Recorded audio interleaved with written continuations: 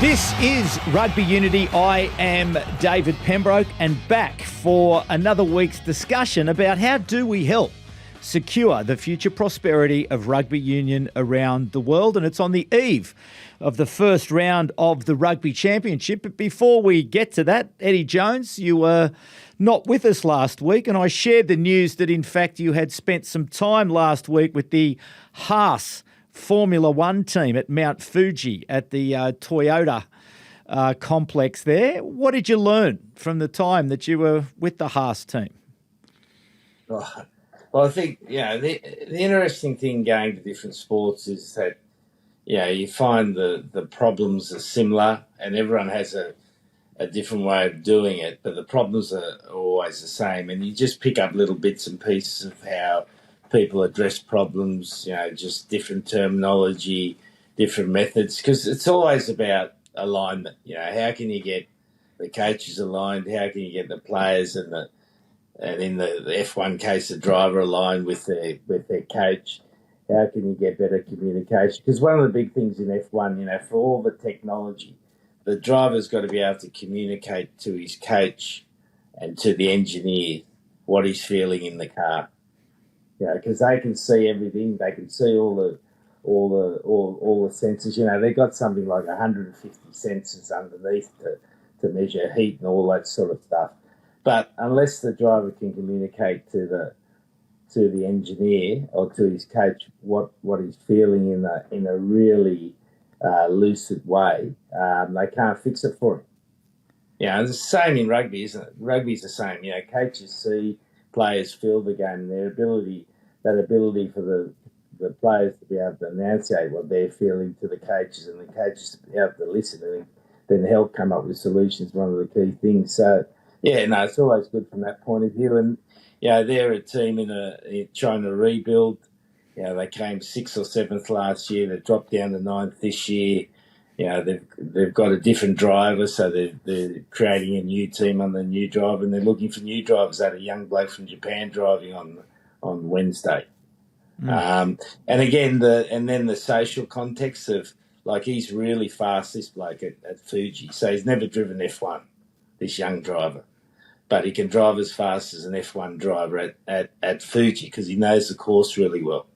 But then he's got to go, if he goes to the F1, he's got to do that 24 times on 24 different courses and be able to learn quickly. And, Test rugby's about learning quickly. So what are they doing to improve alignment, or what are they putting in place to try to strengthen that alignment? Oh, mate, what everyone tries to do, mate. Try to get a clear vision, talk about it, work out what the problems are, try to sort them out. There's no magic solutions in alignment. So and again, I go back to that last test, for the Lions against Australia. The Lions knew all along that Australia was going to be up for that third test. And with a test of a team of 1,000 caps, right? They couldn't have a more experienced team. Couldn't get themselves at the right level for that game. It's bloody fascinating. So no one knows. You just got to keep trying, mate. What about you, Ewen McKenzie? When you were in search of alignment, what were some of the things that you used to try to do, or what were some of the tells that showed you that you were making progress? Well, when I coached in France was probably the ultimate in terms of understanding that the home and away principle. They play really well at home, not so well away, and so I was coaching in Paris, so every away game was you're on the road, so you'd assemble at the train station, get on the TGV, and you just knew it was going to be a waste of a weekend. You could just feel it. So and sometimes things that go your way, but you're up against the referee, you're up against the crowd. There's almost a fight, in the warm up with the opposition. It's pretty tough. So the home and away thing in France was a tell, but you had to function at home. You had to win at home, and you could win at home with anyone. You could put anyone out there that playing in front of their family and friends. They go like Rolls Royces. So but it is a big part. Like, there's no doubt about that. It's interesting what Eddie says about, I watch the Formula One pretty much every week, and I've watched all those background shows. It's really interesting when you get to know the personalities and whatever that's involved, and obviously you only get to see what they want you to see. And so you look at the big teams and the smaller teams, and I always look at the pit crews, because, the winning of the races can be in an error at that point. And some of those guys, they're not earning much money, yet they're on the road doing the rounds. And the other thing, which I'll talk to Eddie offline, I'd love to know how they handle the rotation week to week, because obviously they have breaks, but they seem to have immaculate setups at every venue, yet they've got to move there, and are they taking the whole lot, or they got setups at each venue? I don't know, but they just seem to be really well organised, and so they're all down to the. And if you look at the difference when you watch them racing, the difference between first and last is like, it's a second, or second and a bit. It's not much, per lap. So it is fine margins. So that's one part of it, but the other side is just the alignment of the people, and they do chop and change, and there's a lot of talk in the background, it appears, in the sport, drivers changing, things like that. The team managers have obviously, Red Bull just sacked a long time, 20-year team manager. So it's got all the same issues that every elite sport has. They're just looking for the margins, So you've got to spend time. You've got to be aware of that and be looking. You can't just assume it's going to be all right on the night. And there are moments, like in France, where you've got to try and change the mentality. Otherwise, it's more of the same. Everyone's happy to win at home, and then you get a fluke win away. Well, when I was there, I didn't accept that philosophy, and so you're trying to get them confident enough to be able to win away from home, and that was tough. What were some of the things that you did actually try to change that mindset? Well, I didn't understand it at the start. I think we went down. I think we played Perpignan first round. I think they won the title in the end. But we played them in the first round in Perpignan, and we won 20-9 or something like that. We got a standing ovation from the home crowd. Like, that's unheard of. So because I know, I went in with a game plan to win. Obviously studied them in their trial form as best you could, but went in with a game plan to win. And luckily, I had enough seasoned individuals. I mean, you're surrounded by seasoned, Sergio Parisse, captain of Italy, lots of seasoned internationals. So you'd expect that they're capable of doing that, but you've got to get everyone in the team lined up. So the difference between the best player in Europe, I find that the squads are bigger because they play a lot more games, and there's a lot more teams. So when you look at a super team, the difference between the best player and the worst player in a squad situation, it might be a narrower gap. In a European situation, there might be a much bigger gap. So you're relying on guys further down to pinch hit for you, play on the wing, whatever, and do something for you in one of the many weeks that you play. So you've got to have everyone clear. So you have a clear game plan, and you've got to clearly practice things that are going to make a difference on the day. So I had a strategy, and it worked on that day. They beat us in the semi-final, but on that day I didn't understand the home and away, but I learned it as the season went along that you were playing teams that had no international players, and I had like 10 current internationals, and you're like struggling. You're dead set struggling. You get a 9-5 result or something like that away from home. That's a win, so you tick the box. Everyone's happy, but geez, it was hard work, and you're playing against people you've never heard of before, and they're just playing for their lives, And so it is the emotional part of the game, and that side of it's a very big part of it. Did you enjoy coaching in France? I enjoyed the challenge of it. Yeah, look, I did all my coaching in French. I went over there and said, well, the worst thing I can do is turn up and just talk to everyone in English. So I spent a bit of time. I went there twice. I lived 4 years in Paris in 2 different stints.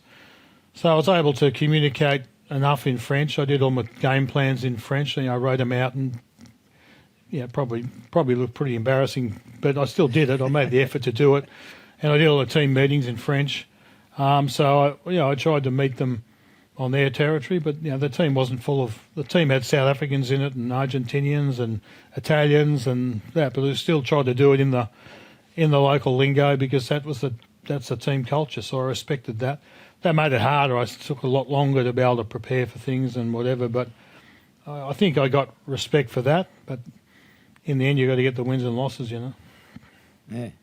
Eddie Jones, have you ever, I know there's been approaches to you in the past about coaching in France, but is it something that you've thought of and wondered what it would be like? Yeah, well, I think the boats sailed now. But yeah, I remember like when we won the Super Rugby in 2001, I got these fax. Remember fax machines? Remember that old thing called, if I remember getting a fax from Stud Francais offering, like at that stage, a pretty hefty offer for 4 years to go and coach them. And I was definitely interested, but,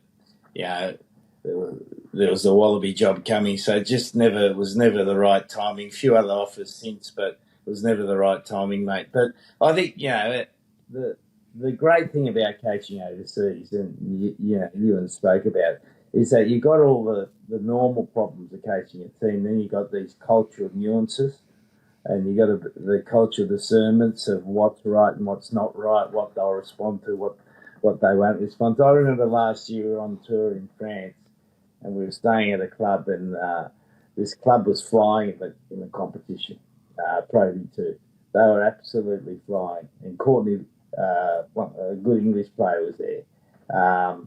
And they were playing an away game, and I went and watched their captains run. And like you, as you were saying, you could see that no interest in what was going to go on the next day. Like, they wandered in like Brown's cow, walked around, and you're thinking, well, they're not going to really front up tomorrow. And they did, but and it's accepted that you do that, to some way for the French. And for if you're not French, it's hard to understand that. But, there's always a reason why they do those things. And, similarly in Japan, Japan's very much the same. Like, you get told no, and if you go back and ask no again, then you're starting to erode your relationship with the people in charge, because you got to read between the lines. They have this saying over here that you got to read the air, because the Japanese never say something directly. You got to read the air. You got to read the air. If you're not good at reading the air, you're in trouble. All right. Well, listen, talking about cultural disturbances and having to deal with new environments, new challenges. The Wallabies left Australia last Saturday on their way to South Africa. What, Ewen McKenzie, when you were sort of taking teams away and you were planning for these types of weeks ahead, what are the critical things that the Wallabies have got to get right to be competitive in Johannesburg on Saturday night? Joe Schmidt did say on the way out that he was expecting the Tupu, Skelton and Valentini would all be available for selection. So if there's no real issues around injuries, what are the focuses to get things right for the Wallabies on Saturday night? Well, obviously getting selections right and the game plan. The selection's key. Game plan's really important. For me, it's really important to understand and know, and I don't think it's complicated to know how South Africa is going to try and play. So I think, and I saw someone wrote an article during the week, and they actually listed the five South African test teams, like five, with no repeat players, just five. And I was looking at it going, that's about the size of it. They've got enormous depth, right? Their problem is they can't fit them all on. They can't get them all on the field in the one day. So that's the upside for Australia. They can only get 15 on the field, so that's good. But I'll tell you one thing was interesting. I saw them.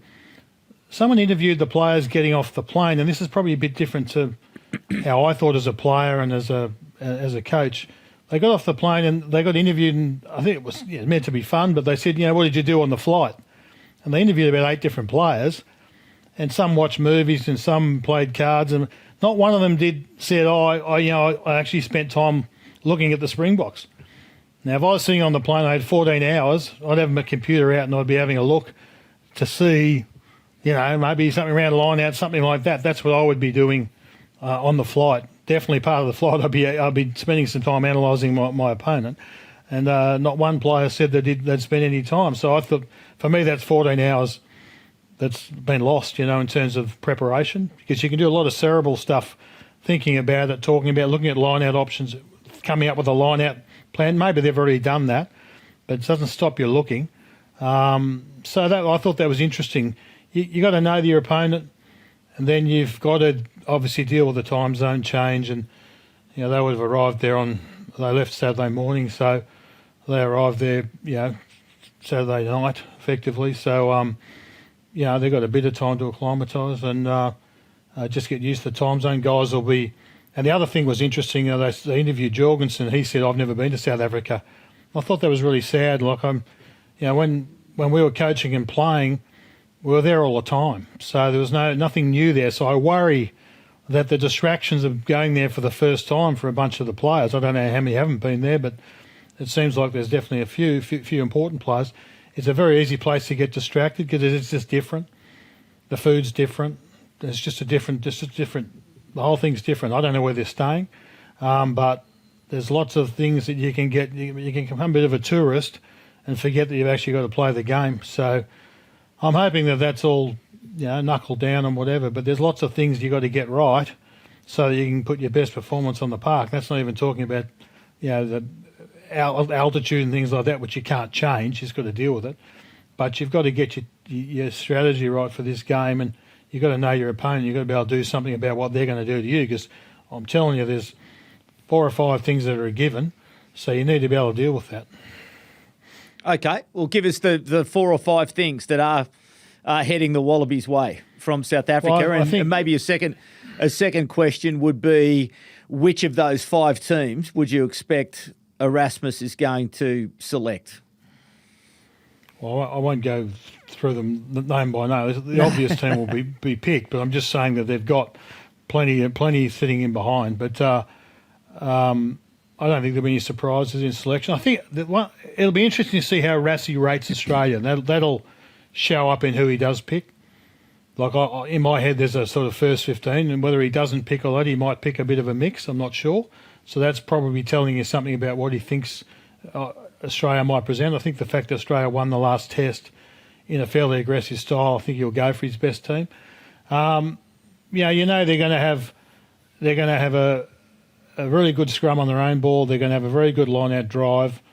They're going to have a very good line speed. They're very good at being able to get those things right. I don't know if they have the ruck contest, so we probably can use some tactics that we use if we've got the ball playing at them. We certainly don't want to be loose with our kicking and loose with the ball. But we're going to have to deal with their scrum on their put-in and on our put-in as well. But their put-in, they'll just keep the ball at the back of the field, and they'll be doing second shoves and milking penalties. They'll kick for the line out, then they'll maul it. And if they don't get near with the maul, they'll just play pick and drive towards the goalpost, and they'll be searching for 3 points, and then it'll be more of the same. They'll probably kick off deep right, or just inside the 22. They always do. There's only one game last year they didn't do that, which is against France in the World Cup year. So, they're in a way they're predictable. We've still got to deal with it. Mm. And their line speed's as good as anyone. So, Eddie Jones, in terms then of where do you think Rassie Erasmus rates Australia, and what sort of team do you think that he'll be selecting? And indeed, Ewan's pretty clear about what they're bringing to the contest. How then does Australia nullify that and create advantage? Well, first of all, I think he's a very good selector, Rassie. And when you got good players, it's not necessarily an easy job. It's hard to pick when you haven't got a lot of good players. It's hard to pick when you got a lot of good players who to leave out and get the balance right. I think they do that really well. And his ability to rotate his squad skillfully is one of his most outstanding attributes. And I don't think he probably gets enough praise for that area of the game. So he'll pick the right team. They're playing at Joburg. It'll be a stop-start but when the ball's in play, they'll be fast. They'll be looking. They generally at Joburg look to get out of the blocks pretty quickly, get a lead, and then get you chasing it. For Australia, it's like, where do you get an advantage? So they've got to be thinking, do they try to break the game up? And you break the game up against South Africa now, there's a risk. Because before, they didn't have such great counter-attackers, and now they've got instinctively good counter-attackers. So there's a risk in breaking the game up. Do you take them on head-on and play, and, try to stick with them for as long as you can? Because the one thing if you can stick with them for a long period of time, and you get to the 60-minute mark and you're close, the pressure then goes on to South Africa, particularly at the home test in Joburg. So that's another way of doing it. Or you go bits and pieces. You try a bit of this and you try a bit of that during the game. But I'm sure Australia will be well prepared for it. The big men are going to be important again, like Tupou, as I said, Tupou, Valentini, Skelton. Their ability, particularly Skelton, I think, really got under the skin of the Lions, and he really agitated them. Like, White does it in the mosquito way, but Skelton does it in a physical way. But you can guarantee, I'd be thinking Etzebeth's got a photo of Skelton up in his room now, and be thinking, right, I'm going for this guy. I'm going to set the tone. And that's the beauty of testing South Africa. You see that really, that physical one-on-one, who's going to dominate this game. So that'll mean the referee and potentially yellow cards. Everyone, will be analysing those physical contests. You've got to make sure you're super disciplined in how you do that. Because if you're down a man, it's going to make it a hard night. Yeah, and particularly the referee following that last test, he's not going to want a game like that. And how sensitive referees are to social media. Like, it was really interesting, in Australia this week, Gus Gould's comment about the trainer and about all of that sort of thing. And it's so relevant to rugby now with the referees. They are so sensitive to social media. So sensitive. And it doesn't guarantee, but it directs the way they referee games. So you can bet your bottom dollar this next game, any sort of altercation, any second man in, there's going to be a swift judgment on them. So you think it leads to behaviour change, or influences behaviour, and the behaviour is to be more decisive? Well, it influences what the referees concentrate on, mate. They just they like to be liked, and they don't like to be criticised, like most people. Yeah. And social media just exacerbates it more. There's a lot of laws in the game that get refereed hard. You hear that often, and there are plenty of laws that no one worries about. So particularly in the ruck and things like that, the gate, things like that have been forgotten, where they were big things a few years ago. So there are cycles, and so the focus of the moment, I think second man in is a good point by Eddie. I think there's been a bit of argy-bargy, so they'll be looking to, the best way to nip that in the bud is to deal with the first guy in, or the first guy into the conflict, or the third guy arriving. So that's, those sorts of moments will be important, and it'll be interesting to see which side is disciplined in that area, because I think that'll be in the exam. There's plenty of things that'll be part of it. Eddie Jones, are you surprised at Ewen McKenzie's observation there that the players perhaps didn't use the time to apply to the work, or is that just the modern player, that they're perhaps a little bit different? Or was Ewen McKenzie was he a bit of an outlier? Was he the only one who was ever doing that work?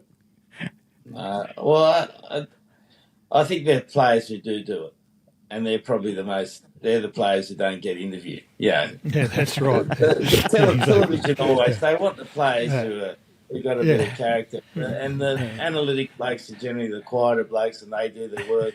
They don't share, they don't need the headlines. So I'm sure there were players on it doing it. But I'd have to say now that there is a change in, generally speaking, in players' behaviour, that they're less assertive in coming forward with ideas. They're not less less bright. They're definitely bright, the players today, but they're less assertive to come forward with ideas and share those ideas. Whereas previously players, I think it was a bit of a badge of honour to be a smart player and bring those ideas forward. And it's a bit, how society is at the moment. It's just a societal change. It's not a rugby player change. It's just societal. Like I was talking to my sister who runs an architecture company, and she was saying, and this is in Australia, she was saying that young people don't want to come forward and take responsibility. They all just want to do their job. And you hear that, fairly consistently around the traps. But that's a generation change. That's not a rugby change. Mm. So just before we move on to the All Blacks Argentina and what can be expected in Córdoba, the crowd. To me, the South Africans have set, or the South African crowds have set a new standard really in their involvement in the game. And particularly the contests earlier this year with the Italians when they were there against Georgia as well. And my experience of going there as well is that, it's loud, it's noisy, it's in the build-up, it's during the game, it's before the game, it's everywhere. Do you feel that can play a role or will play a role, Ewen McKenzie, this week? And is that lack of familiarity going to be a real challenge for some of those younger players who have not been to South Africa before, who are feeling that for the first time? Yeah, I think the crowds have always been very passionate, and obviously when you're the number one team, it's much easier to have more and more supporters. And they spread the games around, so everyone takes opportunity of the test matches that are in their hometown. No different to what happened in Melbourne, but they're very passionate, and having a braai before and a barbecue before, and sort of being around the stadium, it's emblematic of what you see in AFL. There's that sort of crowd involvement and the passion and people getting their faces painted and all that sort of business, and noise. That's part of it. Yeah, that is what happens when you play over there. And you're not playing on ovals, you're playing on rectangles. So the crowd's right on you. So that's all part of the experience. The big stadiums and the crowd. So you've got to be able to deal with all that, and it's hard to mimic that. But they've just come off some big crowds against the Lions, so that's probably as good an inoculation as you'll get going there. But it is different. Everything about it's going to be different. We'll just see how they go. That's all part of the test. And Eddie Jones, Ellis Park, it's particularly intimidating, really, isn't it? It's a very steep, and the crowd is right on top of the on top of the field there. Mate, I think it's the most harsh rugby environment in the world. You really feel it. And I remember we went there with England in 2018, and we led got out of the blocks, we led 24-3 and scored a couple of great tries and playing good rugby. But we just couldn't sustain it. Ended up, I think we got beaten 39-37 or something at the end. Like, it was a close score. We played some really good rugby, and we had a great preparation for it. And we had a good team, really good players, experienced players, but they were up for it and just went out there and took it on. And I remember we played at night, which was a bit different. I would imagine this game's going to be in the afternoon, and it's they're generally a bit more robust, the crowd, in the afternoon. Yeah. So listen, your thoughts? Where do you see it? Look into your crystal ball and give us some sort of forecast about what it is, because certainly the bookmakers don't think Australia's got a chance. I think they're paying something like $11. So is that a good bet? I think $11 in a 2-horse race. Throw a few dollars that way, but because you don't know, as I say, you're a yellow card or a red card away from being a very different game. So you are relying on the referee a lot to deliver. But I think Australia, they've got a good chance. I think it's too early to say. I need to look at the teams, to see who Australia picks. We'll do that later. I think Australia's team will probably be obvious. The Springbok team, Eddie said, Rassie's a really good selector, and he does take risks with selection. He doesn't mind moving players around, and he's got value for that over the years, and he hasn't suffered as a result too often by mixing his players up, so they're used to it now. But I think they'll be interested to see what the pecking order is and who they pick, because, again, Australia's last performance was a physical and pretty good effort, so that might have changed Rassie's thinking a little bit. So I'm really interested to see who they pick. And Eddie, what your thoughts? Well, I think it's a good sign that Will Skelton's committed to play. I don't know how many games he's committed to play, but he's now eating into his La Rochelle pre-season, which is his meat and potatoes in terms of his life. So that's a huge commitment from him, and I reckon that'll go a long way to keep Australia in the game, because he is a force of nature, mate. So I don't know how long he can go for in the game at Jobu, but I reckon as long as he's out there, Australia's a chance of causing an upset. And you think about what South Africa have had; they've had two fairly low quality, not intense games against Italy, and then a game against Georgia. They haven't had the intenseness of the preparation leading to the game that Australia's had. So Australia's going to, for a long time, this will be the first time Australia's gone the game in South Africa more battle hardened than the South Africans. And he mixed his teams up too.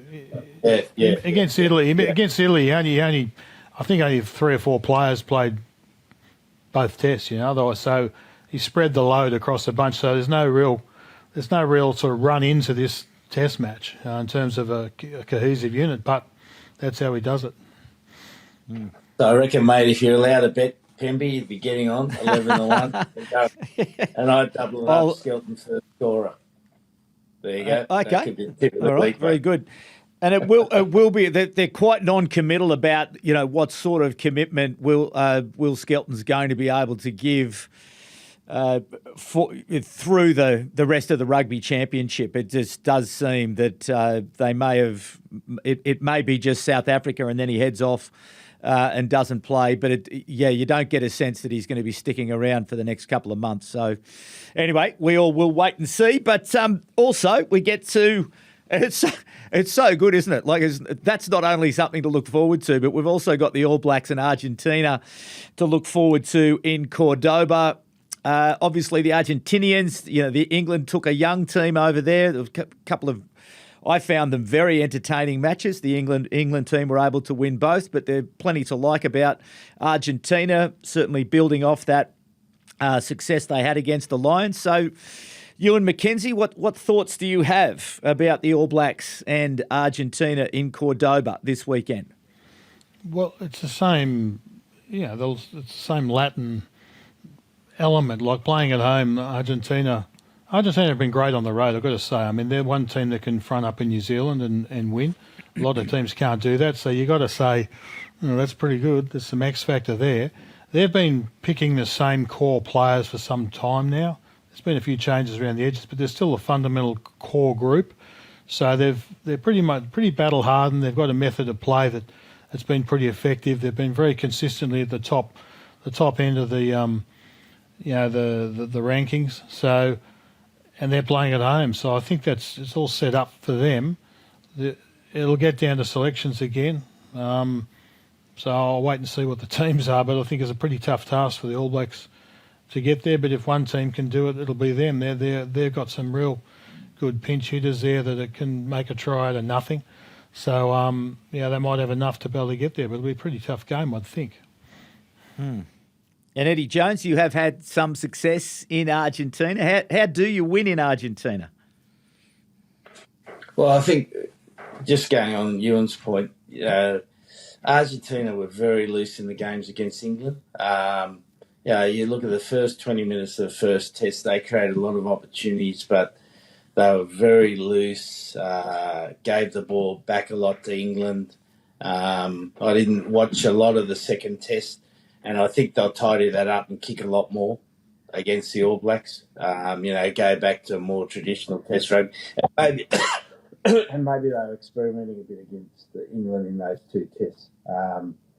but they've got a fairly solid team. They're usually really good around the breakdown, and surprising against England they weren't. And that could be an area where they could trouble the New Zealanders, particularly the New Zealanders, coming off Super Rugby, played against the France C team, could be tested in that area. But Argentina's the same thing, mate. You've got to meet their physical challenge. The crowd, they're probably one of the loudest crowds in the world. Different because it's soccer type crowd, so they tend to whistle and boo when certain events are going on, particularly goal kicking. So I reckon it'll be a high-scoring game, 60-point game, staying on the betting team. A lot of points in it. And I think there'll be a try or two in it at the end, and there won't be much in the game. All right. Okay, well, we look forward to observing that, and later in the week we'll get a look at those teams and be able to look at some of the matchups, some of the thinking, some of the expectation that's building towards what I'm sure will be a great start to the Rugby Championship this weekend. A couple of things that have happened off the field. Eddie Jones, earlier this year you were down, I remember we were having a conversation, you were down in the west of Wales visiting Llanelli. That's right? You were down there doing some coaching? Scarlets, mate. Yeah, Scarlets. The Scarlets, yeah. So the word is, and it's been announced and it's all official, that a US-based brokerage firm, a high-end brokerage firm called the House of Luxury, will be taking control of the Scarlets. David Moffat has come out of retirement to head up their rugby initiative. Dan Bigger is involved. Another lady, or a lady by the name of Leanne Betts, former New Zealand Rugby Union, working in the fandom sort of innovation space. She's part of the team. But what are your thoughts there about how the game can grow in that part of the world? Because I think at the time we were discussing it, Eddie, things weren't looking too good. People weren't feeling great about the game of rugby in that part of Wales.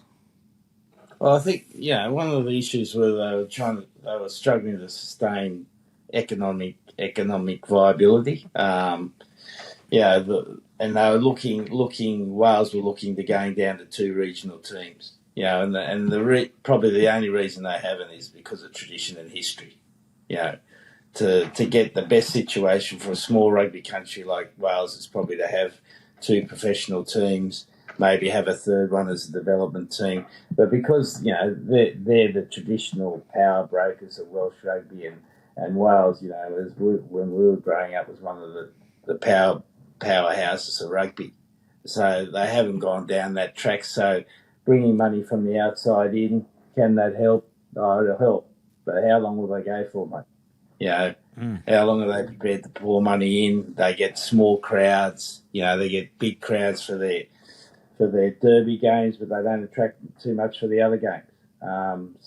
It's obviously good that it'll give them a lift, but for how long they'll do it, mate. Ewen McKenzie, what's your thoughts about the west of Wales? How would you go about, restoring the great heritage, the great history, the performance of rugby in that part of the world? David Moffat, clearly a very experienced administrator. What thoughts might you have about growing the game in that part of the world? Well, I think Eddie's already talked about the history, and the history's well known. I spent time there when I was a kid. I mean, I read all the books I read are all autobiographies of, famous Welsh players. And when I was still at school, I went on tour and I made a pilgrimage down there to Pontypool, and met the Pontypool front row that played for Wales and the British Lions, Graham Price and Bobby Windsor, and so we went down there and hung out in the clubhouse, and we met these guys, Jeff Squire. They had half a dozen British Lions players in just at Pontypool, and I actually stayed there for a week with a mate. We watched the game, all that. Then I went back there with the Wallabies in '91, and we played the pool game against Samoa. I didn't play, but all those people I've met, got to catch up with them in the clubhouse again. It was a real. The club is such a centre point for each of the villages, each of the towns, you know. So when we used to tour there, you used to go there and everyone would say, oh, you know, you might beat a team, you might beat Clonethley, and they say, oh, wait till Pontypool gets hold of you, or wait for someone else, and wait till Newport gets hold of you. They're always backing each other to be able to win. They're tough. It's all hard football. I'm not sure where it's gone awry, but I sense that since they had a great internal competitions, then they got involved in the bigger competitions, and they've probably ended up with too many teams and not enough players. And you look at the competition they're playing, there's lots of teams, and so they probably need to maybe narrow their focus. I don't like the idea of shrinking to get better, but they probably just have to look at where they are in terms of the number of people they got playing and where the talent is. Because, you know, if there's a country that's fallen away, they didn't invest in the sevens program, for instance. They didn't have a sevens team for many years, maybe 20 years. I think they might have got involved recently, but not for a long time. They weren't involved, so it was quite narrow. And Moffat's a very good administrator. He's been floating around. He's had lots of ideas that pop up online every now and then about the state of New Zealand rugby and whatever. So hopefully he can make a difference. But he's only involved there with one club, and we're talking about the sponsorship of one club. That's not going to fix Welsh rugby. They might fix that one club for a bit, but it's the context of, you know, where does rugby sit in the environment there, how popular it is. I don't know if the kids are playing or not, you know, whether they're doing other things, I'm not sure. But it's a pity because, you know, when Welsh rugby was strong, it certainly adds a whole new dimension. That said, they beat us in the World Cup handsomely. So they've been up and down now for 20 odd years. You know, we had a cricket score against them when I was playing. At Ballymore. So Wallabies beat them by a cricket score. Yeah, it was a big score. So they've been up and down there for 20, 30 years. So it'd be nice to think they could get something. And they're probably a bit like the Wallabies. They're going to need a really good national team, and hopefully that's going to drag the right structure and keep people feeding into the system. But you've got to get the national team right. If the kids haven't got something to look up to that looks great. You know, they had one guy on the British Lions, you know, Jack Morton, that was it. So they're missing out on those heroes. And when you're in the valleys and you're in the small towns, you're looking for heroes and looking for ways to, you know, change your circumstance and maybe get out and do something different. So rugby has been a vehicle, but I don't know if it's a vehicle now, you know, so they need to find a pathway, an aspirational pathway, pretty quickly, you know, because I think, and so they've got to work both ends of it. So what you're talking about is great for the Scarlets, but I don't know if it's going to make a difference to the total scene. Mm. Do you know much about the new national coach who was named this week, the Steve Tandy? I know his name. I don't know him. I don't. Do you know him, Eddie? Have you come across him in your time in the UK? Yeah, no, he's a very good coach, and what he'll do, he'll work. I think one of the things that they've probably been missing is the national coach working closely with the regional teams. You know, they need a one in all in approach there. They've got to pool their resources, get everyone working together to be competitive because they've got enough good players. But as you said, they probably haven't paid enough attention to their development systems. And then you've had, you know, football do reasonably well in Wales, become more attractive for kids to play, you know, and now they've got an option to play football or rugby. You know, so if you start to lose a few of the good athletes, although they, you know, generally they're different athletes for football, skinnier and don't have the body size. But if you lose one or two that could have been rugby players, then it becomes a problem for small country. Mm. Well, there is a review that is ongoing through this process as they sort of try to understand where they are going to go with the game. So we will keep an eye on that as we, as I say, continue to think about how do we help secure the future prosperity of rugby union around the world. And the other big event is obviously on not too far away now, the Women's Rugby World Cup. It all kicks off at the Stadium of Light in Sunderland on the 22nd of August. England versus USA. I saw some highlights the other night. England against France. A very powerful performance by the England team. A huge set of forwards, skillful set of forwards. And really, they absolutely dismantled France, playing that very traditional English style of forward heavy football. It was actually the highlights. I'd encourage anyone to go and have a look. But Eddie, in your time there, obviously there's been lots of investment in the England team over many years. There was obviously the disappointment in the last World Cup final in New Zealand where they lost the match. How do you think they'll go about handling the intense pressure that there's going to be? The Lionesses have now won the European football. It's likely to attract a lot of attention in England, given England will be favourites. So what's your expectations about the Women's Rugby World Cup and indeed England's position there as favourites? I went and watched Japan play Spain a couple of weeks ago live at Chichibu at the main rugby ground. Oh, yeah. And they won 30-19. And then I saw Spain played against England. They got beaten by 90 points. So Japan's got a bit of work to do. But someone in English rugby, and I don't know who it was, had the foresight to really promote women's rugby. And they invest, like all of these things, they invested in the program. They invested in good training facilities for the women to play. They invested in good coaches. They really invested in the program. Since got a professional, semi-professional league, and now they've got as Ewan spoke about, they've got an aspirational program in place. So women, if you're got a body that's suited to rugby, and you want to play sport, then rugby's a sport for you in England.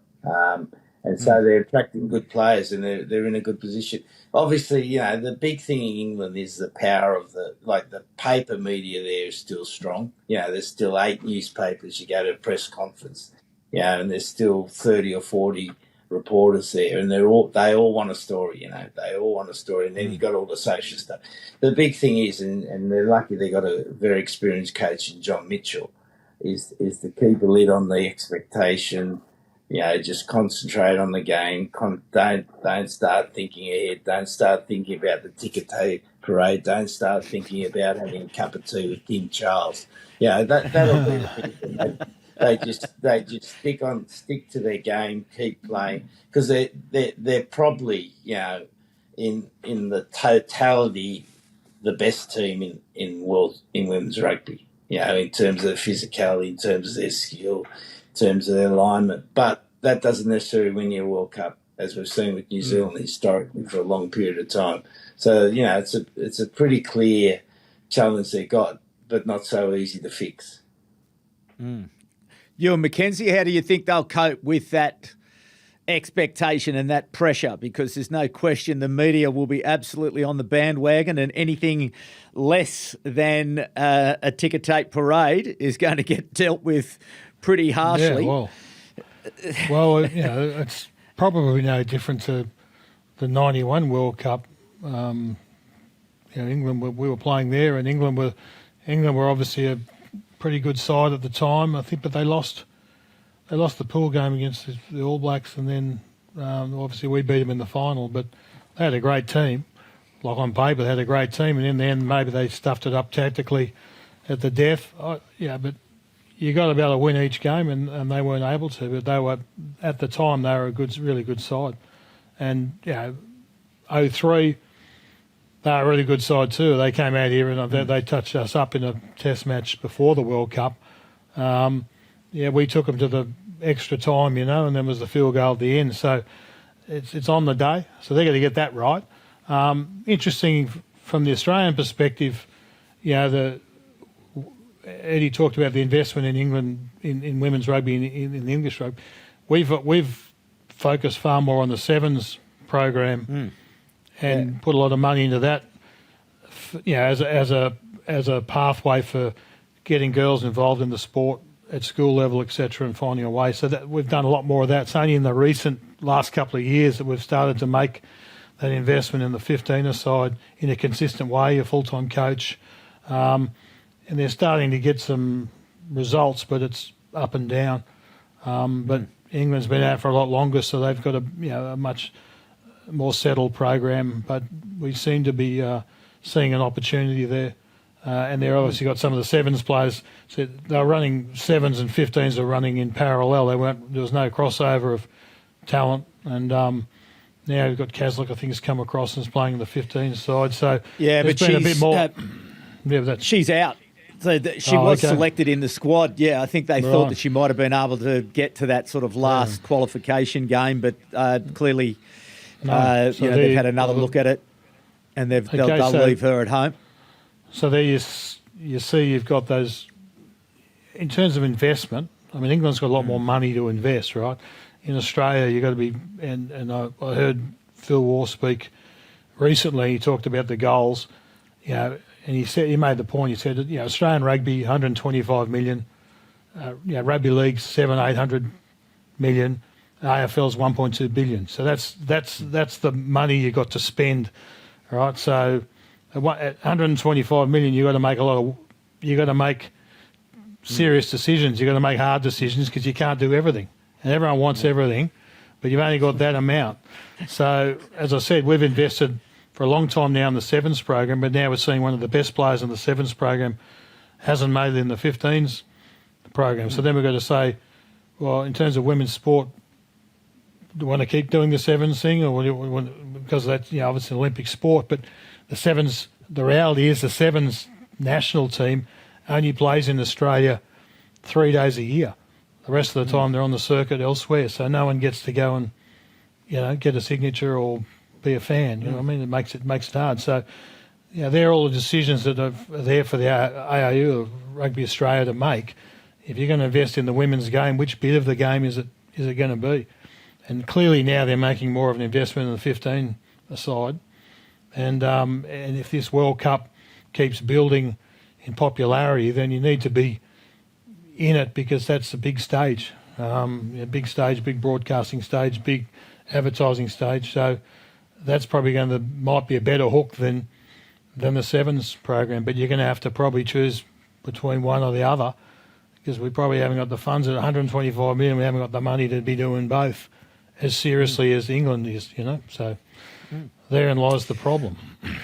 Indeed. Well, let's hope that we can do something and not just get more money in Australian rugby, but get more money in the game globally, because that obviously is one of the biggest issues, is the financial sustainability of the game around the world. But interestingly, we are at Rugby Unity going to be running a special podcast for the duration of the Women's Rugby World Cup. Still working out some of the details, but you'll be able to catch up on all of the information and all the news from England once that tournament kicks off on the 22nd of August. Well, gentlemen, thank you once again for sharing your time and your wisdom with the good people of the Rugby Unity community. I still have a number of questions and comments that we can get to, but we can do that when we've got a little bit more time. But thanks again for coming back. Thanks you to the audience. Please keep the comments coming, keep the subscriptions coming. We do really appreciate that. But for the moment, please be kind to each other. My name is David Pembroke, and it's bye for now.